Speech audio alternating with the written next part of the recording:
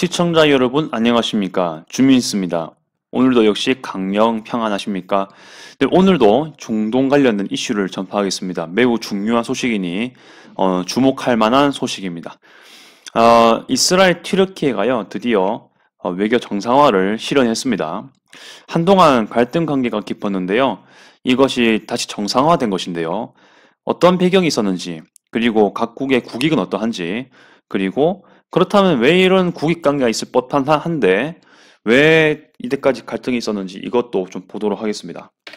순서는 1번 관계 정상화 작업, 2번 어떠한 국익이 있는지, 세 번째 최근까지 갈등이 빚었던 이유, 네 번째 추가 코멘트를 통해서 여러분들과 함께 하도록 하겠습니다. 1, 2, 3번은요, 제가 이 분석하는 홈페이지, 기관에서 가져온 자료를 가지고 하겠습니다. 네, 관계 정상화 작업에 관한 소식입니다. Council on Foreign Relations에서 가져왔습니다. 8월 23일 거고요. 영어로 된 것을 제가 요약 번역했습니다. 이스라엘 튀르키예가 외교 정상화를 8월 17일에 선언했습니다. 광복절로부터 2일 지난 시기네요. 이는 튀르키예가 사우디아라비아 아랍에미리트와 동일한 외교 관계를 가진 지 얼마 안 된 시점이라고 합니다. 즉 중동에 있는 나라들하고 계속해서 외교 관계 증진을 시키고 있는 거죠. 지금 동일한 시점에서 그렇게 볼 수 있고요.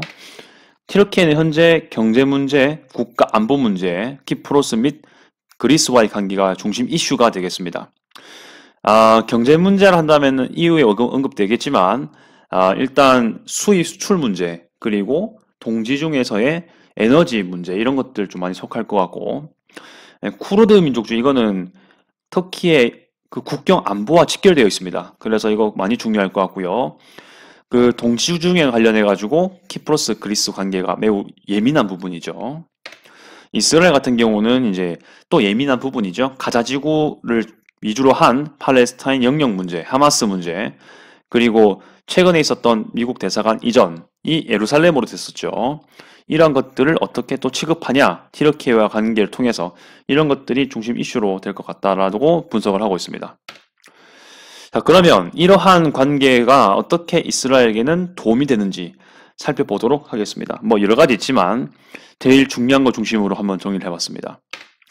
일단 국가 안보에 이득이 된다라는 의견이 표해지고 있습니다. 어느 정도 많은 부분에서 저는 동의를 하고 있고요.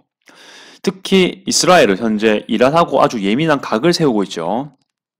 배경 말할 것 같으면 되게 길어지지만 이란도 역시 이스라엘이 지중해 바깥으로 나가야 된다, 수장돼야 된다라고 아주 극단적인 말을 하고 있고, 이스라엘 같은 경우는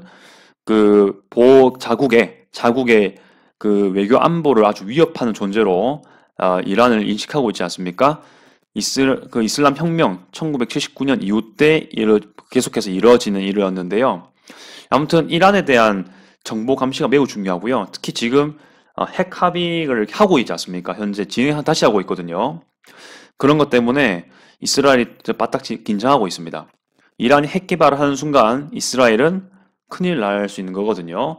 이란만 문제가 아니고요. 이란이 만약에 핵을 개발한다 그러면은 주변 국가에도 이런 것들을, 주변 세력에게도, 프락시 세력에게도 이것을 영향을 미칠 수가 있거든요. 그래서 더 안보가 위협해질 수가 있습니다. 핵 합의가 이제 뭐 이란이 그 핵 개발을 할 수 있도록 종용하는 건 아니지만 어느 정도 이란에게 자율권을 주는 거지 않습니까? 경제적인 이득을 주는 대신에 어느 정도 이 우라늄 농축을 줄여라 이렇게 하는 건데, 이란이 과연 그렇게만 할지를 보는 거죠. 이스라엘은 절대 이란이 핵 합의 협상을 한다고 해서 핵 개발을 멈출 거라고 생각하지 않습니다. 그리고 많은 학계에서도 그렇게 얘기를 하고 있고요. 아무튼 그 이스라엘로서는 이란에 대한 감시가 매우 필요한데, 이런 것들을 튀르키예와 외교 관계를 맺으면은 훨씬 더 용이해진다는 겁니다. 현재 터키랑 관계가 꽤 괜찮거든요. 그래서 이 긴밀한 관계와 지리적인 유사성이 있습니다. 지리적인 아주 가까운 지역에 이란이 있기 때문에 아무래도 튀르키예를 이스라엘이 좀 이용할 수 있다면 훨씬 더 좋은 입장이 될 수 있겠죠. 그리고 하마스 압박이 좀 용이해집니다. 뭐 쉽게 말하면은 하마스는 튀르키예랑 손잡았었거든요. 하마스 자체가 가자 지구에 있는 옛 무슬림 형제단에서 나온 그 역사적으로 무슬림 형제단에서 나온 세력이거든요. 그런데 현재 터키의 집권당인 정의개발당 역시 무슬림 형제단에서 나왔습니다. 그런데 이러한 그 종교적인 목적 그리고 정치적인 면에서 이 두 세력이요 매우 긴밀한 연계력이 있습니다. 그런 안에서 이제 이스라엘에 대한 견제를 하려는 목적으로 튀르키예가 하마스를 지원도 하기도 했었거든요. 어느 정도. 그래서 하마스로서는 힘이 실리는 거죠. 튀르키예가 꽤 중요한 후원자로 이렇게 인식이 되니까요. 그런데 이러한 튀르키예 이스라엘 관계 회복은 하마스의 고립을 압박시킬 수 있는 수단이기도 합니다. 그러니까 이스라엘 말하는 거죠. 니들 그 하마스 니들 그 튀르키예도 너희들 그 봐라 우리하고 지금 손잡으려고 한다. 너희들 튀르키예 그쪽이랑 친해지기 어려울 거야. 이런 식으로 압박을 줄 수 있는 거죠. 정치적인 압박도 가능하고 실질적으로 그 튀르키예가 완전히 팔레스타인을 부정하지 않겠지만은 어느 정도 하마스에 대한 몰빵, 쉽게 말하면 이런 것들이 좀 어려워질 수 있겠다라고 판단하는 겁니다. 아랍 국가들과의 외교 정상화 확대는 매우 필수적이죠. 이스라엘이 봤을 때는요. 이스라엘은 항상 이 외교적 고립 때문에 이 국제사회에서 불이익을 보는 게 되게 많았습니다. 그러니까 아랍 국가들도 솔직히 이제 유엔 국가에서는 보면은 하나의 표지 않습니까? 한 국가가 한 표를 행사하잖아요. 네, 그런 과정에서 이스라엘 편을 안 들면은 사실 이스라엘 관련된 뭐 결의안, 국제적인 합의안 이런 것들에 대해서 이스라엘이 손해를 볼 가능성이 높습니다. 네, 그렇기 때문에 아무래도 아랍 국가들하고의 외교 정상화 확대는 영내에서의 입지 강화와 함께 이 국제사회 내에서 목소리를 드러내도 이게 그 소리가 죽어지지 않는 효과가 날 수 있습니다. 아랍 국가들하고 외교 정상화 확대하면요. 물론 지리적인 가까움이 있기 때문에 경제협력, 군사협력도 당연히 될 수 있겠죠. 이런 것들까지 해서 고립 국복 이것은 이스라엘 생존에 매우 중요하다라고 판단되는 부분이 되겠습니다. 그리고 터키라고 적었지만 튀르키예라고 현재 이름 바꿨죠. 키프로스 그리스 관계와 함께 튀르키예와 하고도 관계를 같이 강화시켜가지고 전략, 지정학적, 잠재적 경제 이득을 취하는 것이 중요하다라고 보고 있는데요. 사실 이스라엘은 천연자원을 개발했기 때문에 키프로스 이 그리스와의 관계가 매우 긴밀해질 수밖에 없습니다. 유럽으로 보통 천연가스가 전달되는데 이 경유로가 그리스랑 키프로스, 이탈리아까지 가거든요. 하지만 터키를 무조건 배제해서 이걸 보면요. 사실 에너지 전달하는데 튀르키예도 꽤 이 위치, 지정학적 위치상 중요하거든요. 그래서 한쪽만을 가질 수는 없다 이겁니다. 튀르키예하고도 관계를 강화시켜가지고 물론 군사적인 것도 있지만 이런 천연가스를 포함한 경제적인 부분에서도 밸런스를 가지고 서로 간에 뽑아낼 건 뽑아내자는 겁니다. 이렇게 생각하는 거죠. 그러면 튀르키예는 어떠한 국익을 가질 수 있을까요? 매우 중요한 질문일 수 있습니다. 일단 여기 홈페이지에서 분석하기를 친이스라엘, 친유대 조직들은 미국과 연결되어서 이득을 제공하는 역사가 있었다는 겁니다. 그러면 무슨 말이냐? 이제 보면은 이스라엘도 어떻게 유대 조직들이 많으니까요. 많이 연계가 돼 있죠. 만약에 튀르키예가 보기에 이스라엘하고 외교 관계를 다시 정상화한다. 그러면은 이스라엘 자체만으로 이득도 있지만 이스라엘과 그 유대인 배후에 있는 미국에게서도 큰 이득을 제공받을 수 있다는 겁니다. 예를 들어서 어떤 게 있을까요? 네, F-16 전투기 이거 매우 중요합니다. 우리나라에도 있는 걸로 알고 있는데 F-16 맞죠? 그 되게 차세대 아주 지금 최근 전투기고요. 아주 성능이 고성능이라고 들었습니다. 정확하게 제가 군사 전문가가 아니기 때문에 F-16의 구조를 정확하게 알 수 없지만 여러 나라에서 일단은 선호하는 전투기인 건 확실하죠. 그렇기 때문에 튀르키예도 역시 이런 전투기가 많아지면은 확실히 미국이 보기에도 그렇고 튀르키예가 보기에도 서로 이득 관계가 된다는 거죠. 군사 관계가 좀 더 용이해질 것이다라고 이스라엘이란 매개체를 통해서 파악할 수 있다는 거죠. 그리고 다른 수입품 제공도 유용하다. 그러니까 쉽게 말하면은 그 무역이 늘어난다는 겁니다. 그렇죠?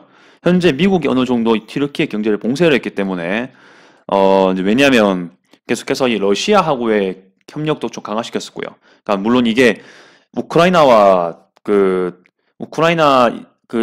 러시아 전쟁 이전에도 계속 그래왔습니다. 그리고 유럽연합 문제 이런 등등 요인 때문에 이게 대유럽, 대미국 외교 관계를 강화시켰던 입장에서 좀 더 중국, 뭐 이란, 러시아 이런 쪽으로 좀 외교 관계가 좀 동쪽으로 많이 가기 시작했습니다. 그러면서 미국이 이걸 견제를 많이 했거든요.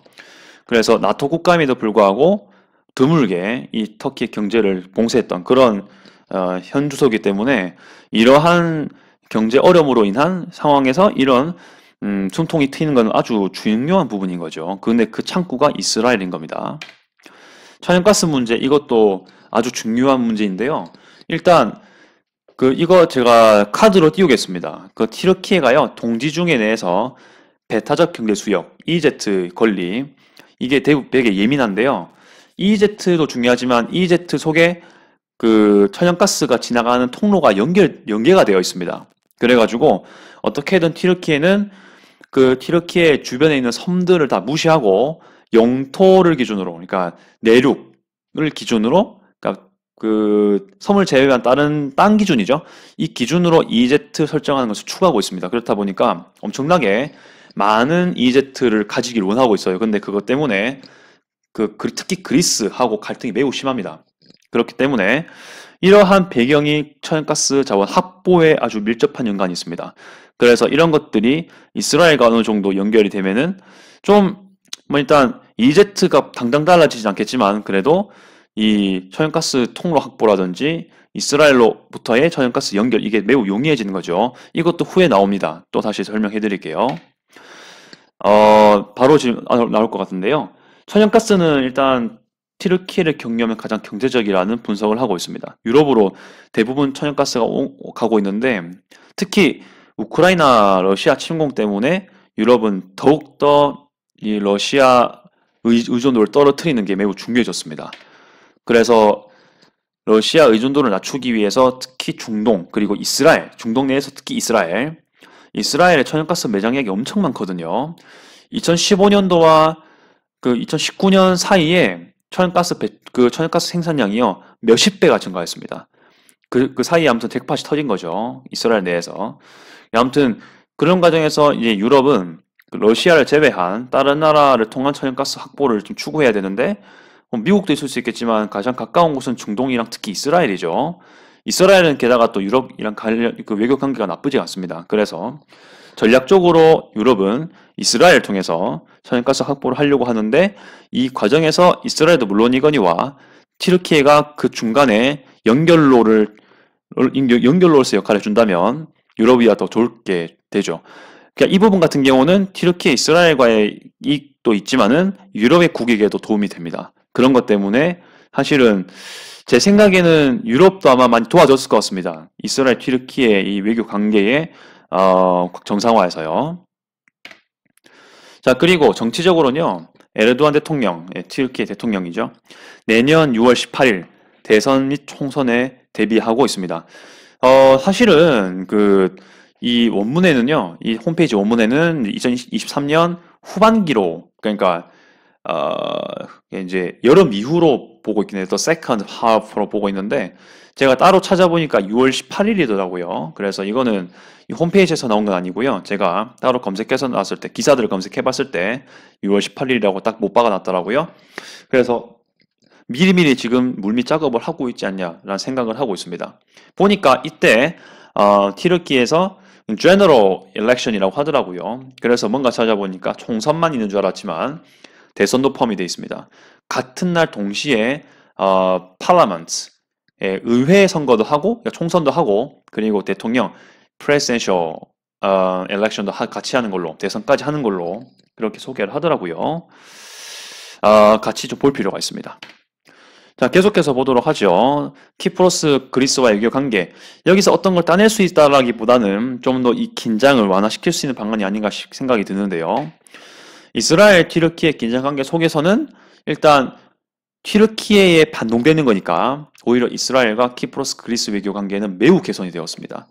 그러니까 이때 당시만 하더라도 티르키예는 공공의 적 취급을 했던 거죠. 그래서 딱 봐도 알겠지만은 이 국가 간의 외교 방식은 이거였을 겁니다. 당연히 외교일 뿐만 아니고 경제, 특히 안보 협력 이게 많이 깊어졌을 걸로 보이는데요.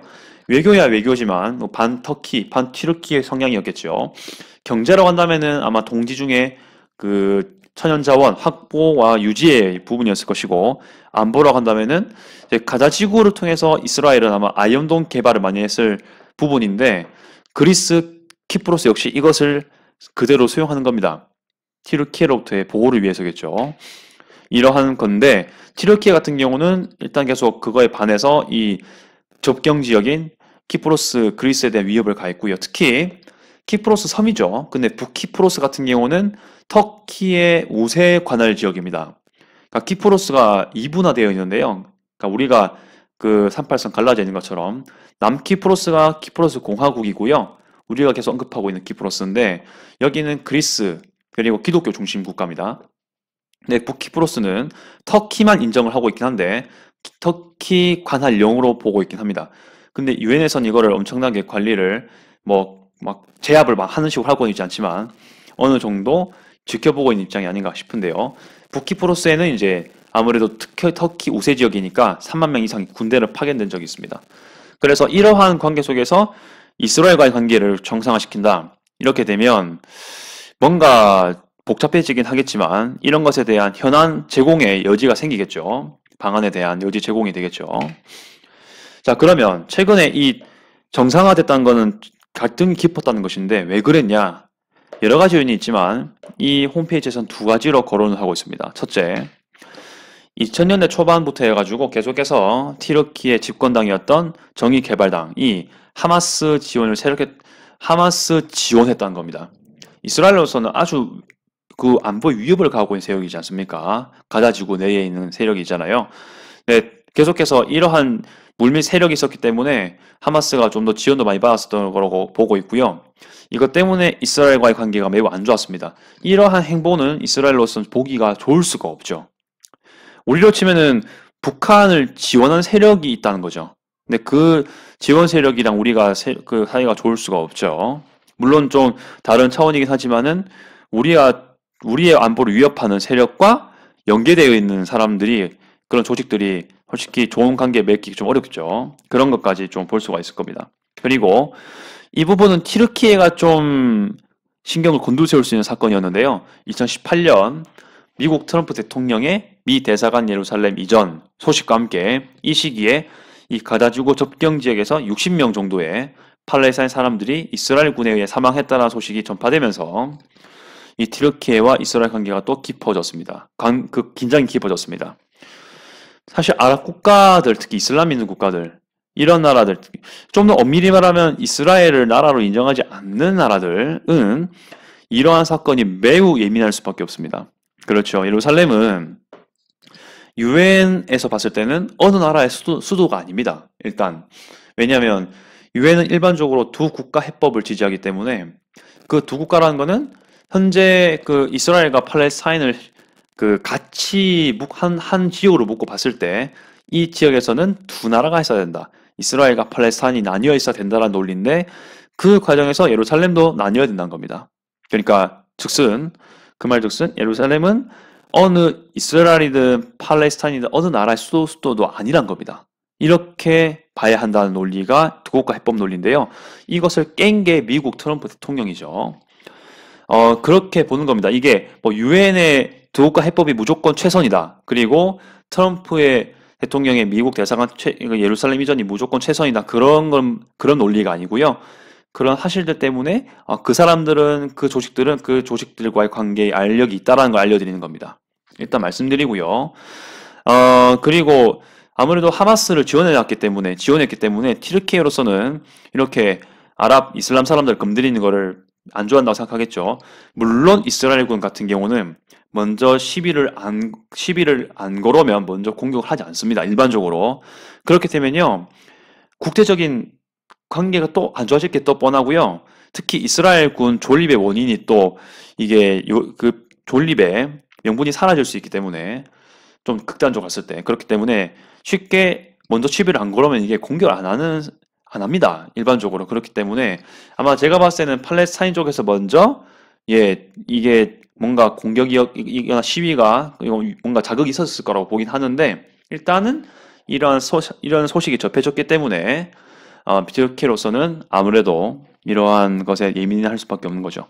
더 있긴 하지만 이 정도 두 개를 언급할 수 있고요.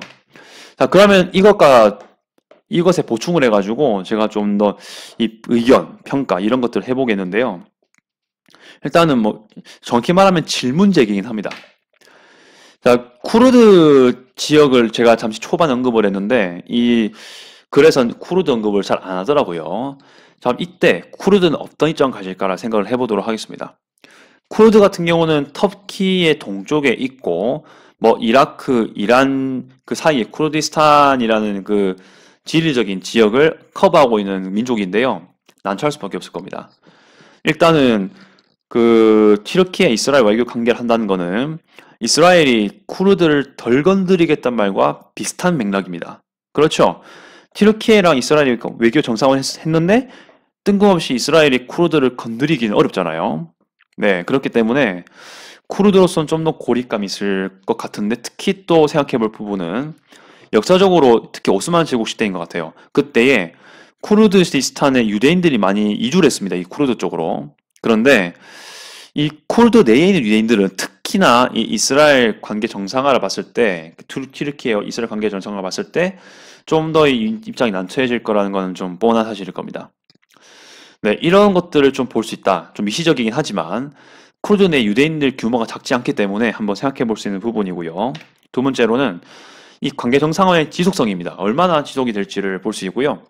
네, 아까 이제 뭐 이러한 이스라엘의 밸런스 외교를 추구함으로써 이제 뭐 그리스, 키프로스, 그리스, 터키 이 서로 갈등 관계에 있는 국가들끼리 다 끄라는 거잖아요. 그래서 이제 서로 간의 해결 갈등 방안들 특히 동지 중에 그 이권과 그리고 외교 안보 군사적인 걸 중심으로 하게 될 건데 만약에 그러니까 이스라엘과 아까 말한 3국, 이 합쳐 4국이죠. 만약에 이 국가들끼리의 현안 논쟁이 계속된다면, 현안을 가지고 테이블에 앉히는 긴 생기겠지만, 거기서 끝까지 갈등 요소가 지속된다면, 이것을 생각해 보게 되는 거죠. 그래서 외교 문제가 해결되지 않는다면 이 관계 정상화가 계속될지 이것도 한번 지켜봐야 될 것 같고요. 물론 이제 현재 우크라이나 침공이라는 이슈 때문에 지속된 이슈 때문에 아마 경제적인 게 걸려가지고 아마 뭐 좀 어색하긴 하지만 계속 끌고 가긴 할 것 같아요. 관계 정상화를 하지만 고질적으로 남아있는 이 동지 중의 문제 때문에 그 국가 간의 문제 때문에 이게 어떻게 잘 끌고 갈지는 좀 지켜봐야 할 것 같습니다. 자, 그리고 우크라이나 러시아 전쟁이 끝난다면 물론 러시아가 지금 좀 끌고 가는 전략을 쓰고 있긴 한데 언젠간 끝나지 않겠습니까? 라고 제가 보고 있는데요. 언젠간 끝나겠죠. 끝났으면 좋겠습니다. 제발 평화가 왔으면 좋겠는데 이렇게 되면요. 일단은 전략적으로 튀르키예와 이스라엘이 뭔가 이 정상화를 계속 유지할 여지가 하나 없어지는 거긴 해요. 군사적인 협력이 중요하니까 튀르키예가 왔을 때도요. 이런 것도 한번 생각해 보게 되는 것 같습니다. 여러분들의 생각은 어떠합니까? 매우 많은 주제와 어려운 이슈를 가지고 그리고 어려운 설명을 한 것 같긴 한데 일단은 중요한 거는 아까 말씀드렸던 이 기사들의 분석에 따라 튀르키예와 이스라엘이 어떻게 국익 관계를 가질 수 있는지 이런 것들을 좀 지켜볼 수 있는 거죠. 그게 매우 명확하기 때문에 이런 것들을 정리할 수 있었다라는 게 좀 중요한 것 같습니다. 네, 혹시 뭐 추가적으로 여러분들도 자유롭게 코멘트 해주시면 저도 여기다가 제가 닿는 범위 내에서 댓글을 달도록 하겠습니다. 정말 감사드리고요. 이 현안은 매우 이 중동 내에서 중요한 이슈이기 때문에 국지적이기도 하지만은 매우 큰 범위 내에서의 미국과 유럽까지 연결되는 소식이기 때문에 특히 뭐 우리나라하고도 관련이 없을 수가 없죠. 이런 거기 때문에 좀 종합적으로 볼 필요가 있지 않냐 싶었습니다. 네, 시청 감사드리고요. 이상 주민수였습니다.